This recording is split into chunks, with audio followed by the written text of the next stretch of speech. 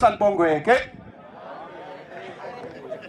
sebengithintile aboza kwethu nami kwakhona ukukhulumayo kimi uthi awuzange uzobuka abantu la ukuthi bangakanani khumbula la walandwa khona igama lenkosi salibongwe ithi indaba uJesu usebenzile kodwa uShembe usebenze over sebekhulumile abafowethu uthi umuntu uma ningithanda gcinani imiyalo yami singakhuluma sikhulume kodwa manje ngithanda gcinani imiyalo yami igama lenkosi alibonke amen makhulunywa ngovombela usimo lasemampondo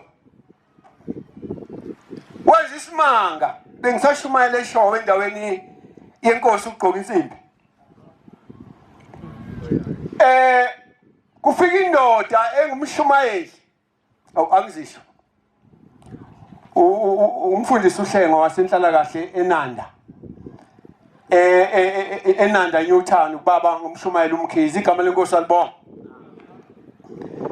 uthi ubaba umshumayeli undunakazi baba umfundisi Hlengwa uma ulapha usuke enkonzweni yase St John's awujukile ufika olwandle lapha yonke imfudla nemhoshana lapha ithuthela lapho olwandle uthi uyangibona mina mfundisi ngingwalapha ya eGenesisi mina ngathi ngiyokwelusa nabanye abafana kwakuyisabatha ngalolo suku uthi ngase ngibeke ngiyeke inkomo lapha edlelweni kwase kushisa ngase ngihamba ngiya emfuleni ngafike ngakhumula ngangena ngabhukuda uthi ngithe ngisabhukuda yangibamba ingwenya thingwenya yangibamba la emahlombe yashwabanisa nentamo uthi hamba nami ingwenya igama lenkosi kalibongwe athi amadoda encwadini kaGenesis uthi uKristu webapostoli nani senifuna ukumuka njengalabo abamukileyo ngiyabathanda lamadoda abapostoli iyamphendula indoda enguPetros ithi Nkosi siyamuka siyephi ngoba nanka amazwi okuphila phakathi akuwe kama lenkosi kalibongwe manje siyamuka sishonephi ngoba amazwi okuphila phakathi akuwe nyasasulu siyawuthi masimuka phambi kwakho siyawushona phina ngoba amazwi okuphila phakathi akuwe kama lenkosi kalibongwe igama lenkosi malibongwe uthi ubaba umadlwa ingwenya uthi yamuka nami ingwenya kanisebegijimile abantu bayobika babikela amanazarethe ethempelini amanazarethe aguqa athandaza akhipha inkonzo aphuthuma khona ezibeni afika ahlabelela athi inkosi yethu simakade simiphambi kwakho Shembe umuntu onjani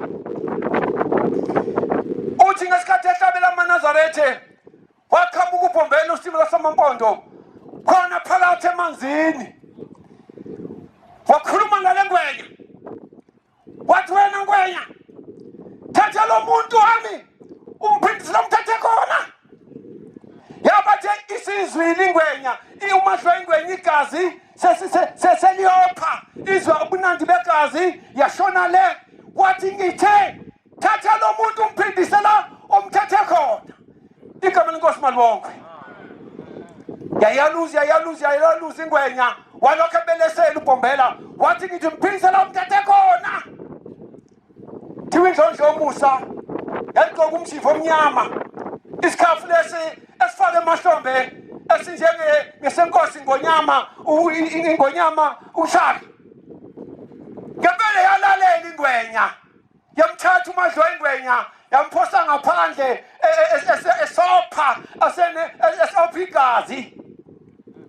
Hawu bamemukela uMadlo ingwenya wajabula unina. Hawu maNazarethe noma izono singasikhungatha kodwa silandela uNkulunkulu ongqo. Igama lenkosi malibongwe. Noma izono zingasithanda kangaka iseshela ubusuku nemini kodwa Shembe nyazi lwezulu uwena impela ongumqambi wendlela ukuhamba abantu ugagane lokubathiya.